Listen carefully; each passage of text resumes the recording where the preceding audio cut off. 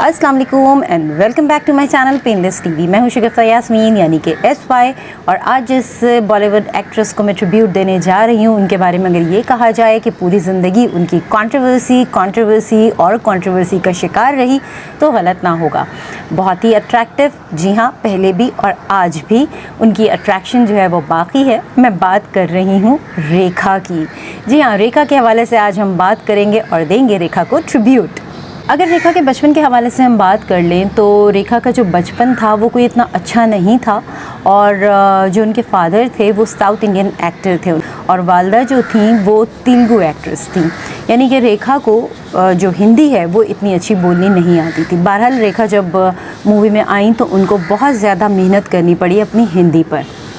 आपने वो गाना तो सुना ही होगा रेखा का, तुमने किसी से कभी प्यार किया है, प्यार भरा दिल किसी को दिया है। आपको ये जानकर बड़ी हैरत होगी कि रेखा को फिल्मों में काम करने का बिल्कुल भी शौक़ नहीं था, लेकिन बहरहाल बाय फोर्स उनको मूवीज़ में डाला गया और काम करने पर मजबूर किया गया। उसकी वजह ये थी कि घर में गुर्बत बहुत थी और उन्हें जो है वो अपने घर को सपोर्ट करना था। और मज़े की बात यह है कि रेखा को एक्टिंग का भी कतई शौक़ नहीं था।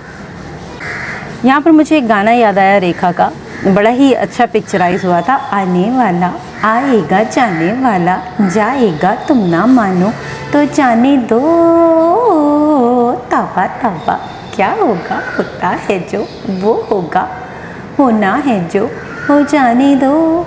बहरहाल रेखा के ऊपर बहुत अच्छे अच्छे गाने जो हैं पिक्चराइज़ हुए। अभी तो बात करूँगी सुपर डुपर हिट मूवीज़ के हवाले से भी। यहाँ पर आपको ये भी बता दूँ कि रेखा जब मूवीज़ में आई तो उस वक्त वो सिर्फ़ और सिर्फ 12 साल की थी। रेखा के हवाले से एक बात जानकर आपको बड़ी हैरत होगी कि रेखा जब मूवीज़ में आई थी उन्होंने तेलुगु मूवीज़ से अपने करियर का आगाज़ किया था और वहाँ पर उनको कहा जाता था अगली डगली। जी हाँ, ये वही रेखा हैं जो जिनकी अट्रैक्शन की मिसालें दी जाती हैं, जिनकी खूबसूरती की मिसालें दी जाती हैं, जिनकी ग्रूमिंग की मिसालें दी जाती हैं, उस वक्त जो इनको अगली डगली कहा जाता था। लेकिन जब रेखा ने बॉलीवुड में अपना करियर बनाया तो फिर लोगों ने उनको इस नाम से बुलाना छोड़ दिया। यहाँ पर मुझे एक और गाना बड़ा अच्छा सा रेखा का याद आया और वो था आज इम्तिहान है।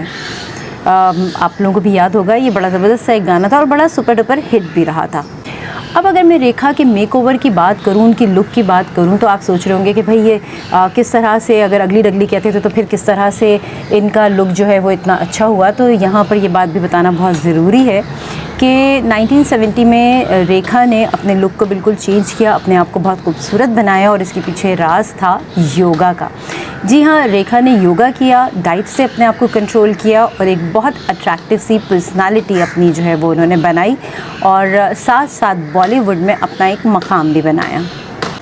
और अगर हम इसका क्रेडिट दें कि भाई इसका क्रेडिट किसको जाता है, किसने रेखा को ये ख्याल दिलाया कि जी आप बहुत अट्रैक्टिव हैं, अपने आप को अट्रैक्टिव बना सकती हैं, तो फिर इसका पूरा क्रेडिट जो है वो अमिताभ बच्चन को जाता है। जी हाँ, जिनसे इनका अफेयर बहुत मशहूर हुआ और ये रूमर्स जो हैं वो आज तक फैले हुए हैं।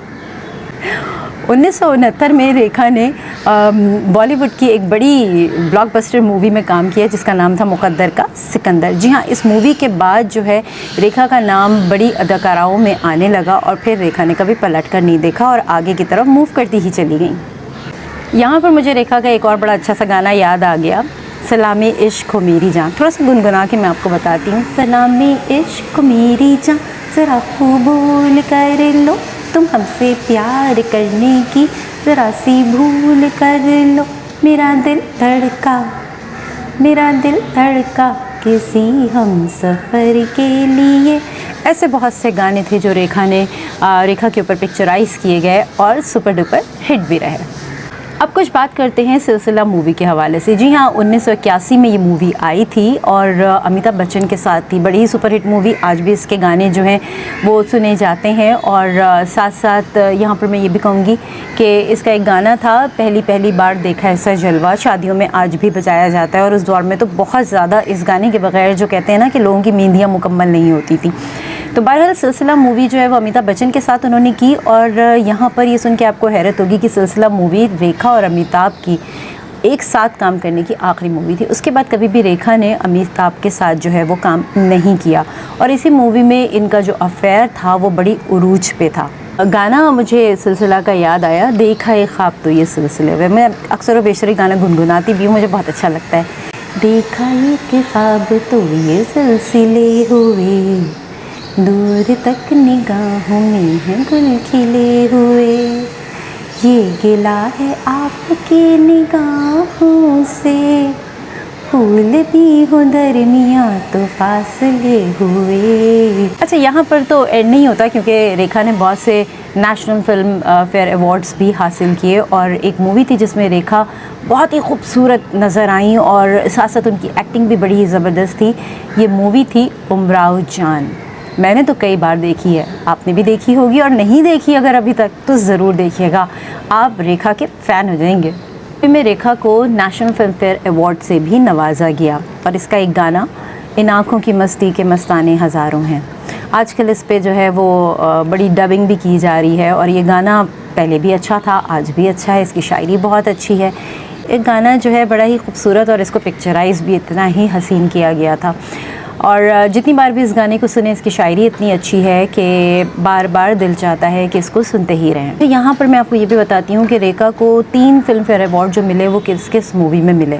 पहली मूवी थी खूबसूरत, दूसरी थी खून भरी मांग और तीसरी थी खिलाड़ियों के खिलाड़ी।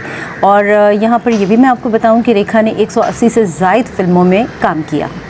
शादी के हवाले से हम बात करें तो रेखा की कुछ मैरिज लाइफ जो थी वो इतनी अच्छी नहीं गुजरी। उन्होंने 1990 में एक सनतकार से, दिल्ली का सनतकार था जिससे शादी की थी, लेकिन ये शादी जो है वो ज़्यादा अरसे चल नहीं पाई और ख़त्म हो गई। यहाँ पर मैं आपको ये भी बताती हूँ कि रेखा एक बहुत अच्छी डबिंग आर्टिस्ट भी थी और उन्होंने नीतू सिंह के लिए भी एक मूवी में डबिंग की, उसके अलावा समीता पाटिल की मूवी में भी डबिंग की और इसके साथ साथ रेखा एक बहुत अच्छी सिंगर भी थी।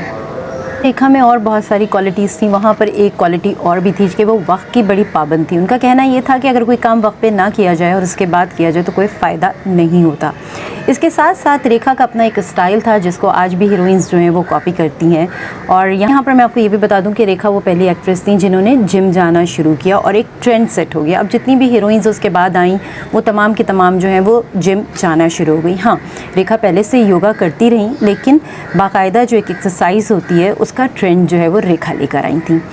और अगर ये कहा जाए कि रेखा की खूबसूरती लाजवाल है तो गलत ना होगा। आज बस यहीं तक। शिगफ्ता यास्मीन एसवाई को दीजिए इजाज़त, फिर मिलेंगे। अल्लाह हाफ़िज़।